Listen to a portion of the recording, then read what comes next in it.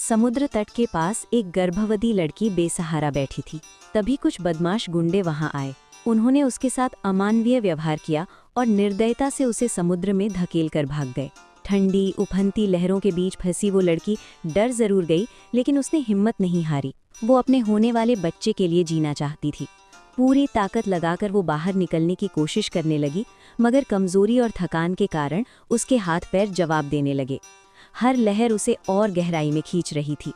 उसी समय समुद्र किनारे खड़ी एक साधारण सी गाय की नज़र उस पर पड़ती है। लोग कहते हैं गाय सिर्फ जमीन पर चलती है, लेकिन उस पल उसने इंसानियत से भी बड़ा साहस दिखाया। बिना किसी डर के वो समुद्र में उतर गई। तेज लहरों और गहराई की परवाह किए बिना वो धीरे धीरे उस लड़की की ओर बढ़ने लगी। जब लड़की ने गाय को अपने पास आते देखा तो उसकी आंखों में उम्मीद की चमक लौट आई। उसने किसी तरह गाय का सहारा लिया। गाय ने पूरी शक्ति, धैर्य और ममता के साथ तैरते हुए लड़की को अपनी पीठ और शरीर का सहारा दिया। संघर्ष लंबा था, लेकिन अंत में दोनों सुरक्षित समुद्र किनारे पहुंच गई। पहाड़ों से घिरे एक सुनसान समुद्र तट पर शाम ढल रही थी। लहरें उग्र थीं और आसमान पर बादल छाए हुए थे। दोनों थक चुकी थीं, पर जीवित थीं। वो दृश्य करुणा और ममता का अद्भुत उदाहरण था।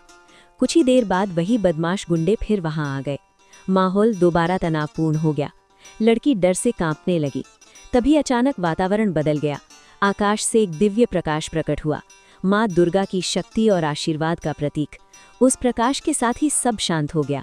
बदमाश गुंडे भयभीत होकर पीछे हट गए। गाय और लड़की के भीतर नया साहस, नई ऊर्जा भर गई। लड़की को लगा जैसे उसके और उसके बच्चे के चारों ओर माँ दुर्गा का कवच है।